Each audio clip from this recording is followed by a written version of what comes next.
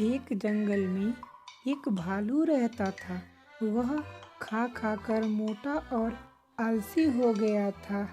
तभी एक दिन वह घूमते घूमते एक आम के पेड़ के पास जा पहुंचा।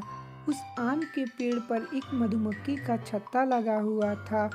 वह इस मधुमक्खी का छत्ते को देखकर उसके मुंह में पानी आ गया और वह एक युक्ति सोचने लगा। यह सोचने लगा कि काश कोई आ जाता, ये मधुमक्खी का छत्ता तोड़कर मेरे मुंह में डाल देता तो मेरा। तभी वहाँ अचानक एक जंगल का राजा शेर आ गया और भालू ने देखकर उसे दौड़ दौड़ से भागने लगा और वह भागते भागते बहुत थक चुका था। तभी एक पेड़ के पीछे जाकर भालू ने छुप गया और वह तभी देखा एक लोमड़ी उसकी पैर टूटी हुई थी। वह बेचारी धीरे धीरे से भालू की तरफ आ रही थी और भालू उसे देखता ही रह गया। तभी भालू ने उस लोमड़ी को देखकर ये सोचा कि ये लोमड़ी तो अब मारी जाएगी, ये कैसे अब इतने दिन तक जीवित रह गई।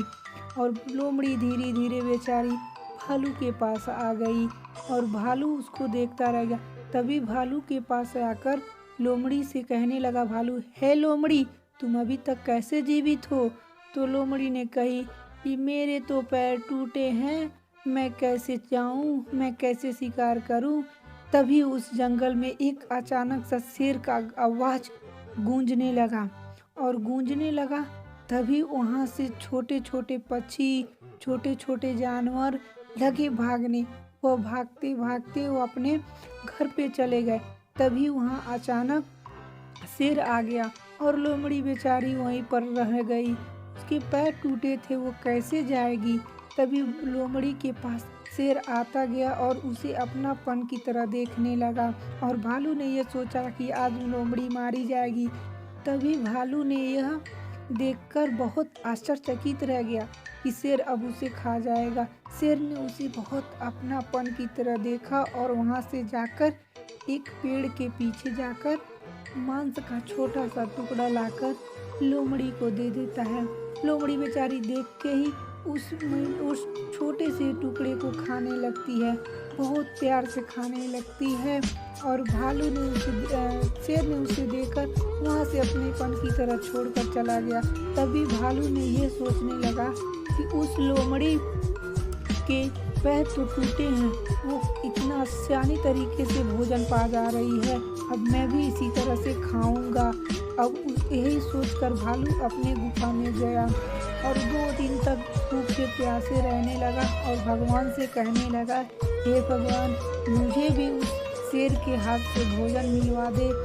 तो भालू यही सोच के 2 दिन तक भूखा रह गया और भूख से नहीं रहा गया तो वह गुफा से बाहर निकल कर जाने लगा। वह थक चुका था, नहीं चल पा रहा था। तभी आज सामने एक बंदर फल खाते हुए दिखा और बंदर उसे देखने लगा और भालू ने बंदर के पास जा पहुंचा और बंदर से कहने लगा, हे बंदर, मुझे बहुत जोर से भूख लगी है, क्या मुझे कुछ खाने को मिलेगा?